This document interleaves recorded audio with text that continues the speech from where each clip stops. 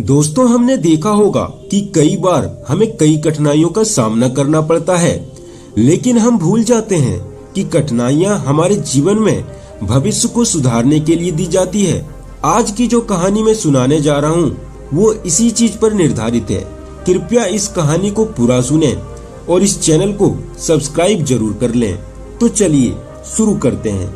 एक बार की बात है, एक महान जैन गुरु के दो शिष्य गुरु के बगीचे में टहल रहे थे। उन्हें रोज सुबह शाम घूमने की अनुमति दी गई थी। बगीचे में घूमना एक तरह का ध्यान था, चलने वाला ध्यान, जैसे जैन गुरु चलते हुए ध्यान किया करते थे, जिससे वह पूरे समय हर तरह से जागरूक होते थे, क्योंकि कोई 24 घंटे बैठ नहीं सकते। पैरों को थोड़ी गति की आवश्यकता होती है, रक्त को थोड़े संचालन की आवश्यकता होती है। इसीलिए बुद्ध समाज में आप थोड़ी देर चलते हुए ध्यान करते हैं और थोड़ी देर बैठकर ध्यान करते हैं, लेकिन आप हर समय ध्यान कर रहे होते हैं, चाहे आप बैठे हो या चल रहे हो। आपके अंदर की ध्यान की धारा टूटनी नहीं चाहिए। उन दोनों शिष्यों को धूम्रपान करने की आदत थी और इसके लिए वह गुरु से अनुमति मांगना चाहते थे, लेकिन काफी दिनों से वह गुरु से पूछ नहीं पा रहे थे।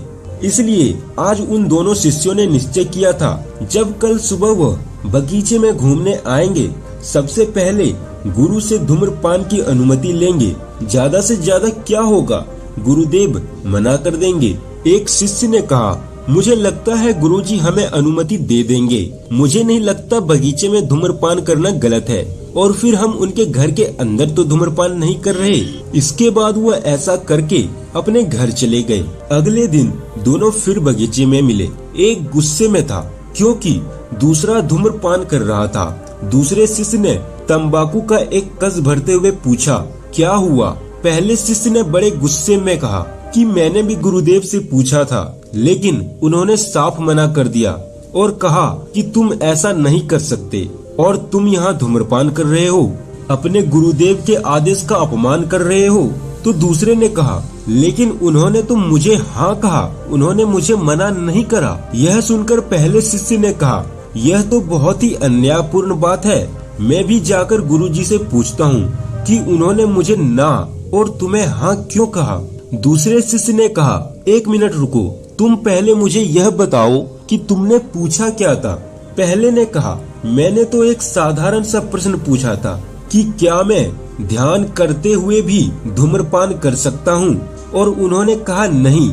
यह सुनकर दूसरा हंसने लगा और कहने लगा, अब मुझे समझ में आया पूरा मामला क्या है। मैंने गुरुजी से पूछा था कि क्या मैं धूम्रपान करते हुए ध्यान कर सकता हूँ, और उन्होंने कहा हाँ। यह बस हमारे प्रश्न पूछने के तरीके, शब्द के चुनाव में फर्क था, और तुमने देखा हम दोनों के उत्तर बिल्कुल अलग थे, जबकि प्रश्न एक ही था, क्या मैं ध्यान करते हुए धूम्रपान कर सकता हूँ? इतना बदसूरत सवाल है, इसका उत्तर तो ना ही होना था। अगर कोई ध्यान कर रहा है तो वह ध्यान के बीच में धूम्रपान कैसे कर सकता है? लेकिन यह पूछना, क्या मैं धूम्रपान करते हुए भी ध्यान कर सकता हूँ, एकदम सही सवाल है, क्योंकि कोई भी इंसान धूम्रपान को तो ध्यान से कर ही सकता है। धूम्रपान करते हुए उसके एक ही प्रक्रिया को देखने भी ध्यान कर सकते हैं। सब कुछ सही प्रश्न पूछने का खेल है। यदि आप सही प्रश्न पूछते हैं तो यह प्रमाण खुद ब खुद उसके उत्तर बताने लगता है। और दूसरे ने गंभीर होते हुए कहा, जीवन ना तो दुख है ना ही आनंद, जीवन खाली एक संघर्ष है।